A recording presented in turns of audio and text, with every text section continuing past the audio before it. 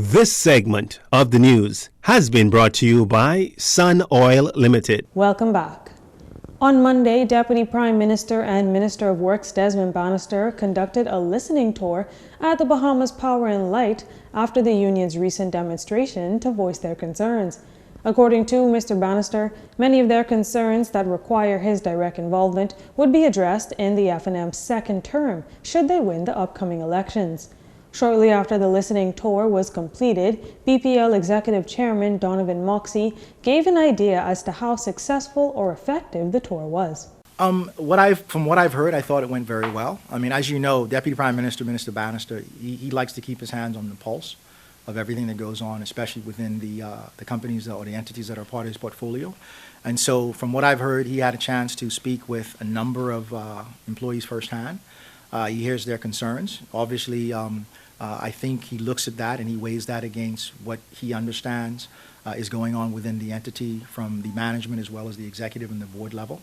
And at the end of the day, every once in a while, we have meetings, and he certainly makes his understanding of what's going on known, and he asks questions, obviously, and as a board and executives, we provide him, the answers. Members of Bahamas Electrical Workers Union walked off the job on June 28th and again on August 19th, protesting alleged inhumane treatment by management, disrespect shown to the union, and failed negotiations on an industrial agreement that expired 4 years ago. Mr. Moxey was asked to confirm a report that BPL's union and executive management may have found common ground and a new industrial agreement that could possibly be signed in the very near future. What I can tell you is that we've been negotiating with the union for a while in terms of the new industrial agreement. And what we put forth to them as a union, the proposal, is something that the executive management as well as the board has signed off on. And so, as you mentioned, we're waiting for the union to come back and ratify that particular offer, that proposal offer. And so where we are, we think that what's been offered is fair.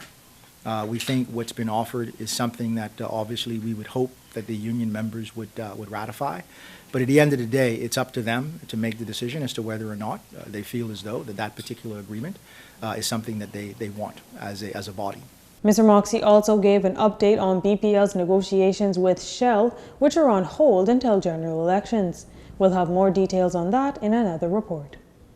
The Progressive Liberal Party holding a virtual economic summit where they dive into the party's plan to revitalize the Bahamian economy should they be the next elected government.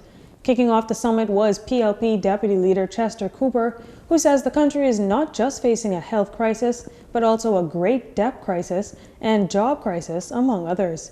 Mr. Cooper outlined several things the PLP plans to do to address these issues, including enacting free COVID-19 testing to identify, isolate, and treat the virus. Here's Mr. Cooper with more. So how do we grow the economy?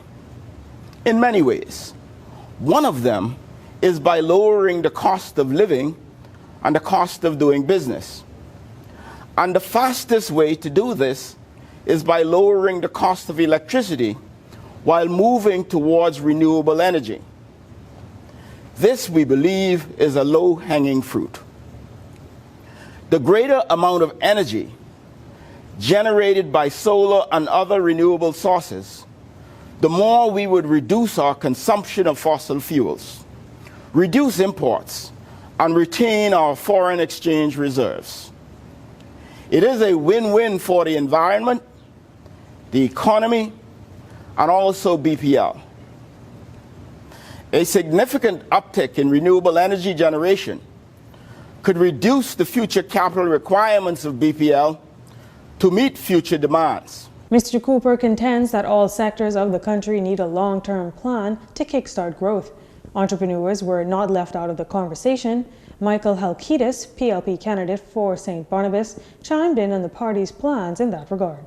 The next PLP administration will invest immediately $50 million towards entrepreneurs and $250 million over 5 years.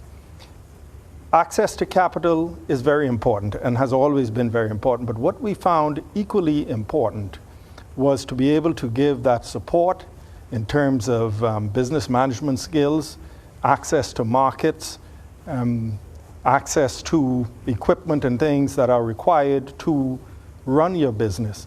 And so we will have to make sure that all of the agencies that deal with entrepreneurship and empowerment are able to work together in sync in order to make sure that we reap the results that we look for. Renewable energy was also a topic of discussion, where the PLP has committed to a 70 to 30 ratio of fossil fuels to renewable energies by the year 2030. In addition to this, leader of the PLP, Philip Davis, insists that the country will have to move urgently on multiple fronts. The cost of living is crushing Bahamians. With so many people out of work, those who are working end up supporting more and more people with their paychecks. We will recommend to the National Tripartite Council that we increase the minimum wage to $250 per week. Finally, we intend to bring further immediate relief by addressing the salary arrears owed to public servants and the arrears owed to many government vendors. The Bahamians who need and deserve these compassionate, common sense policies stretch from the north to the south of our country. He also says the PLP also plans to reduce value-added tax to 10% all across the board to help with the cost of living. You're watching JCN News. Stay with us. This segment of the news is brought to you by Sun Oil Limited.